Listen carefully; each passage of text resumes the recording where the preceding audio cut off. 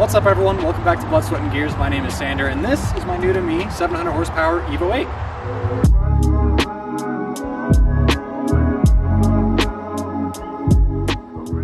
I sold my 2022 Hyundai Veloster N daily driver for my next dream car. This 2004 Evo 8 that's fully built, making about 700 horsepower at the wheels on flex fuel. It's got a fully built motor, big single, and a dog box, just to name a few mods, and I'm really excited to have it with me and on the channel.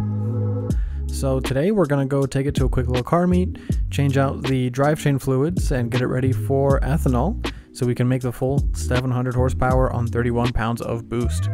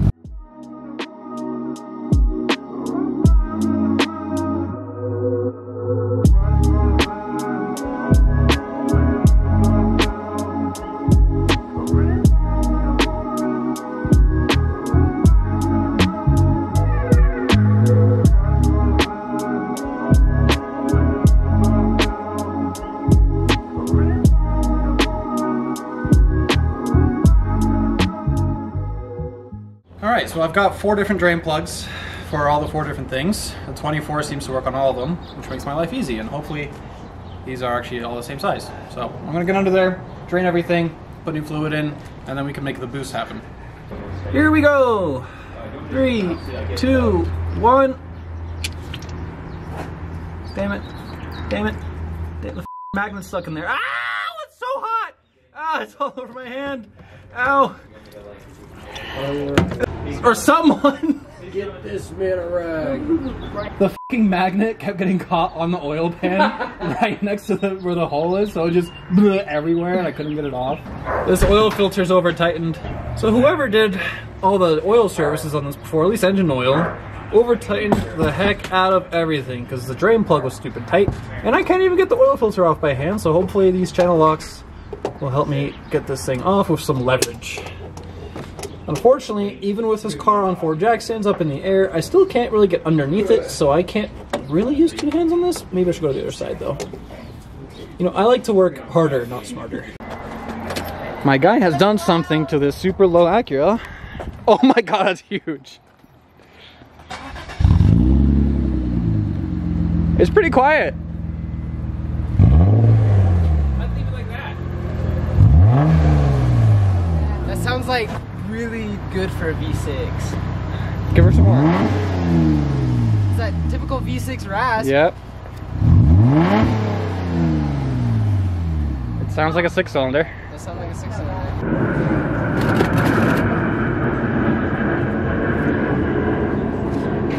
Look at that. Little bit of oil. Put it on. Oh, it's already pre-lubed. How nice. I'll put more anyway. Now I took off an AMSA oil filter. I'm replacing it with an OEM filter, which is technically made by Denso, but I trust OEM, so that's what I'm running. That's what most people run on these. Well, let's see if this is as tight as the oil drain plug was. Can't really get a good grip on this with such a long wrench, and it's such a skinny drain plug. Ow, see? Somebody shoot that dog! Moritz is lucky enough to crack open the drain plug for the trans here. So we're gonna spin this off, get this draining. And I do have a new drain plug for this as well with a magnet on it, so that should help us in the future. Ooh, it's blue! That's interesting. I think this is trans fluid. think this is a T case. And once this is drained, we're gonna get the fill plug off, get it filled up with some new fluid that I have for everything. And then I'll have to drive it and do this again to top up fluids, which is always fun. Well, while the transmission is just dripping out to the last of its oil, I figured while we wait, it'd be a good time to put engine oil in before I forget. And then we can drain the transfer case, the rear diff, and put oil back in all of those things. And then top everything off after we spin the wheels, and we should be good to go. Oh, and then spark plugs. This is good stuff, actually. Here we go. Got liquid gold. When I'm running a 20W50 AMSOIL high zinc formula on this car because it is a built motor, forged rods and pistons.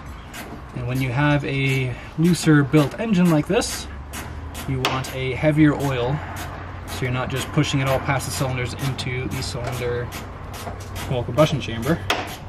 And I think this car was probably on a maybe a 2040 or something for the previous owner. Pretty similar. But the general consensus I saw was, especially in a hotter climate, something as heavy is going to be really good for the car. So there is 4 quarts. The car takes 5. I've got 1 more to put in. Yeah, no, it's cool. We're not filming or anything.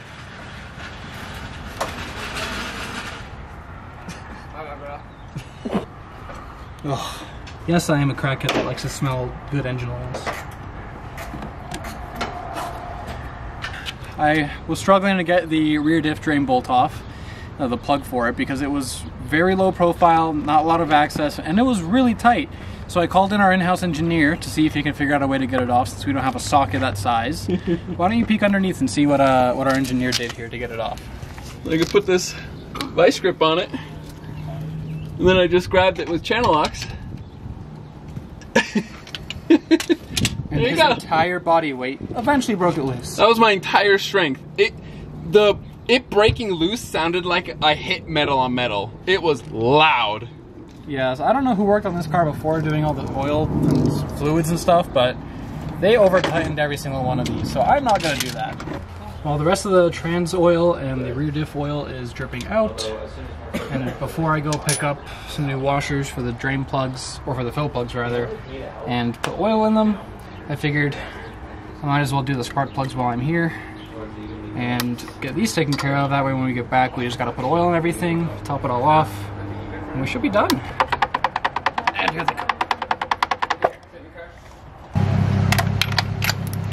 I know you're not supposed to do this with an electric ratchet, but like, it's been a long day.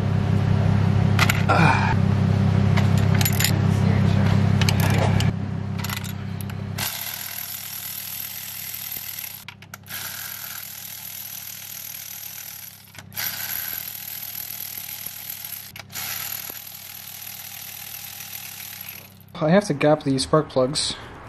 We have one of those circle gappering tools somewhere, but I don't really trust those, especially for a specific gap.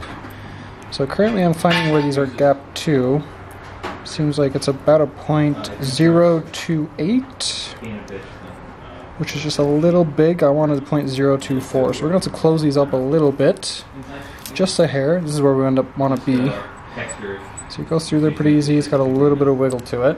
Now I don't have a tool to precisely close these, but I do have this piece of metal right here. You're not supposed to do this with spark plugs, but it should be fine. Just a little bit of resistance. So there's 1 spark plug done. Now we're gonna gap the other 4, put them in the car, and we're done. 3 and 4. If we just give these all a quick look side by side, here's 1 and 2. They're running pretty good. 2's looking pretty clean. 1's maybe a touch rich. Got 3 and 4. About the same. 3's pretty good. 4's maybe a touch rich. Now we're going to carefully lower these back into our cylinders, making sure we don't drop them in, so we don't accidentally increase the gap, or decrease the gap rather. We'll get these in by hand. don't want to cross-thread anything here.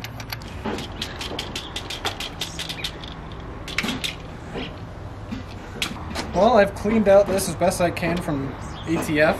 I'm going to use it to pump in my gear oil. We're using the same gear oil for everything as recommended by the guy that builds drivetrains for these. I had a very long phone call with him. This is 80W140 from Redline, so it's pretty heavy. Not the heaviest stuff they make, but it should be good for the dog box, the diffs, and the transfer case. So I've got about 5 quarts of this, and I'm just going to start pumping it in to the fill holes until it starts to overfill from those holes. So just pour out a little bit. Once it's all filled up, we're going to spin everything by hand, maybe just run it in gear while the car's running on jack stands for a little bit, and then top everything off from there once all the fluid's been dispersed through all the little valleys and veins and everything. And then we are basically pretty much good to go. So not too much stuff to do, so let's get right into it. This pump right here sucks from what Morad said, so hopefully this isn't going to be too difficult. So the fill hole is right here. Let's get that in there and start pumping.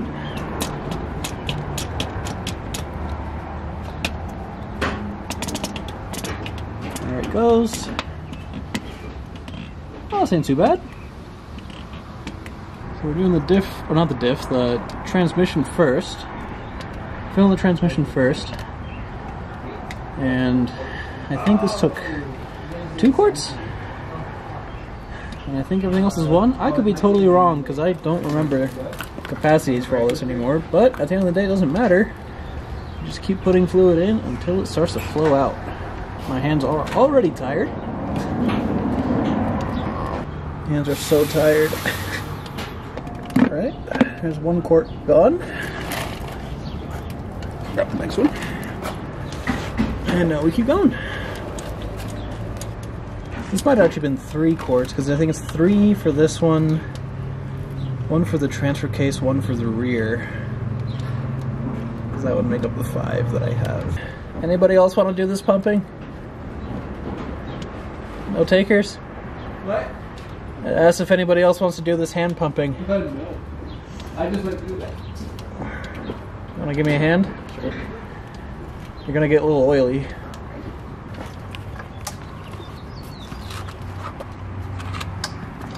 How's it going up there? Chilling. Hell yeah. Appreciate it.